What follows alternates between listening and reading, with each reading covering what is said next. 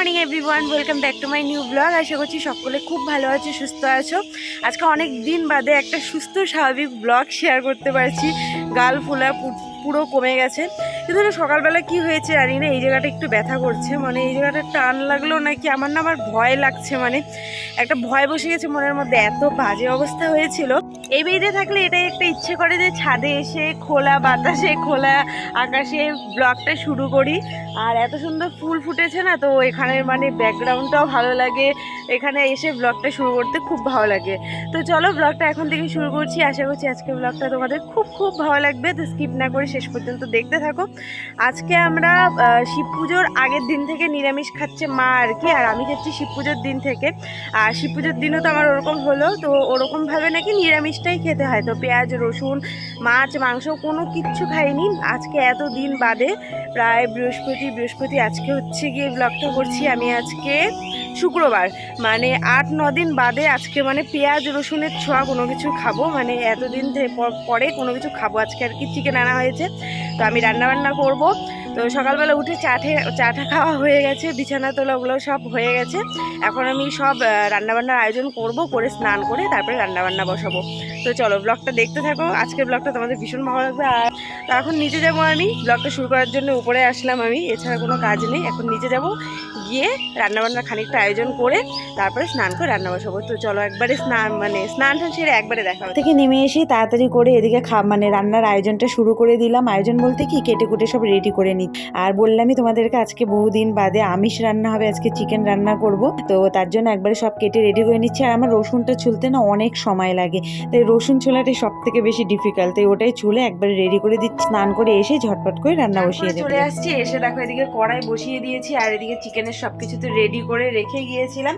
তো এখন ফটাফট চিকেন বানাবো, আর এক ভাই খাবে, তো ওর জন্য চিকেন বানানো হলো। মা বানালো ওটা একদম 2 টুকরো আর কি রসুনের কোয়া, একটুখানি পেঁয়াজ, মানে ওইভাবে দিয়ে আর কি সিম্পলভাবে, কারণ ও একটু প্রবলেম, তো এই চিকেনটাও খাবে না, তো ওর জন্য ওরকম পাতলা টেলটেলা ঝোল দিয়ে চিকেন বানানো হলো। আর তার সাথে আরও একটা জিনিস বানানো হবে, সেটা তোমাদেরকে দেখাচ্ছি।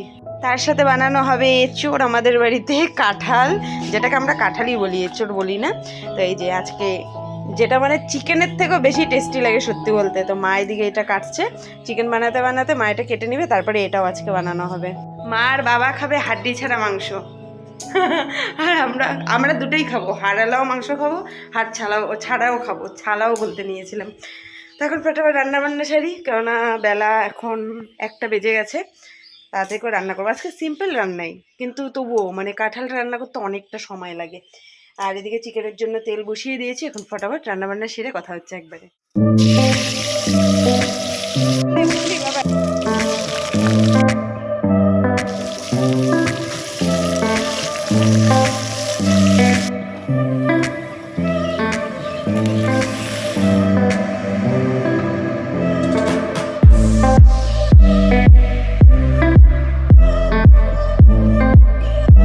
চিকেন রান্না কমপ্লিট হয়ে গেছে, আর এদিকে আলাদা কড়াই আমি কাঁঠালটা বসিয়েছি, এটা হচ্ছে কাকিমুনিদের কড়াই, তো ওই কড়াইটা এনে কাঁঠালটা বসালাম, কারণ অনেকটা বেলা হয়ে গেছে, আর বাবা আর মা তো চিকেন খাবে না, তো বাবার জন্যই তাড়াহুড়ো করে এদিকে কাঁঠালটা করে নিচ্ছে। আর এদিকে গরম জল বসিয়ে দিয়েছি।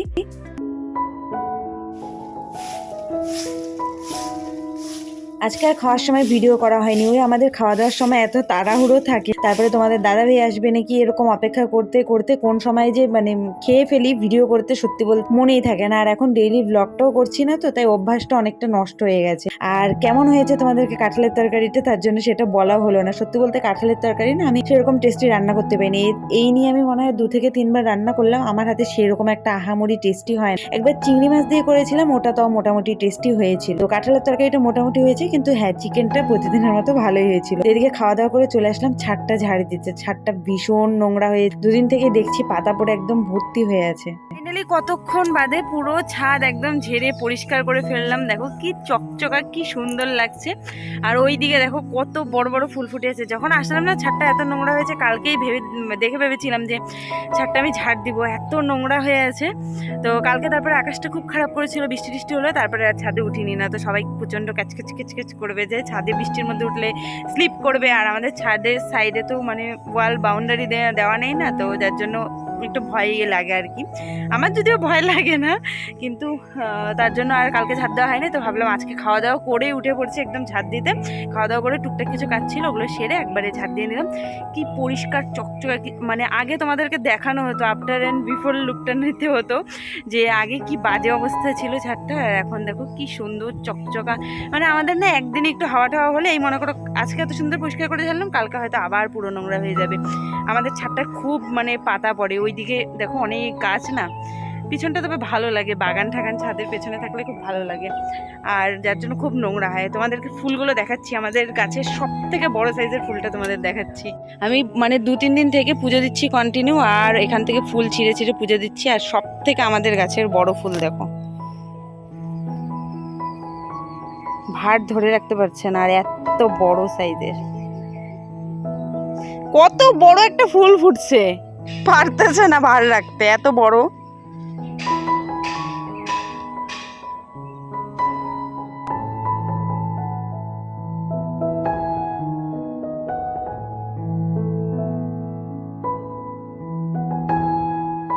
ব্লগটা এখানেই শেষ করে দিচ্ছি, এই ব্লগটা আর বড় করছি না, অনেক বড় হয়ে গেছে এই ব্লগটা। আর আজকের মতো ব্লগটা এখানেই শেষ করছি। আমাদের কাছে ফুলগুলো কেমন লাগছে অবশ্যই কমেন্ট করে জানিও। আমার তো দেখে পুরো ভীষণ ভালো লাগছে। আমার ওই বাড়িতে অনেক অনেক ফুল ফুটেছে, কতদিন হয়ে গেল আমি এখানে আসছি। তোমাদের দাদাভাইকে মানে ফোন করে ভিডিও কল করে, মানে তোমাদের দাদাভাইয়ের তো ফোন নষ্ট হয়ে গেছে, অনেক দিন হয়ে গেছে, তো ভিডিও কল করে মেজদির ফোনে দেখলাম কত ফুল ফুটেছে আমার কাছে। তো গেলে সেগুলো তোমাদের সাথে শেয়ার করব।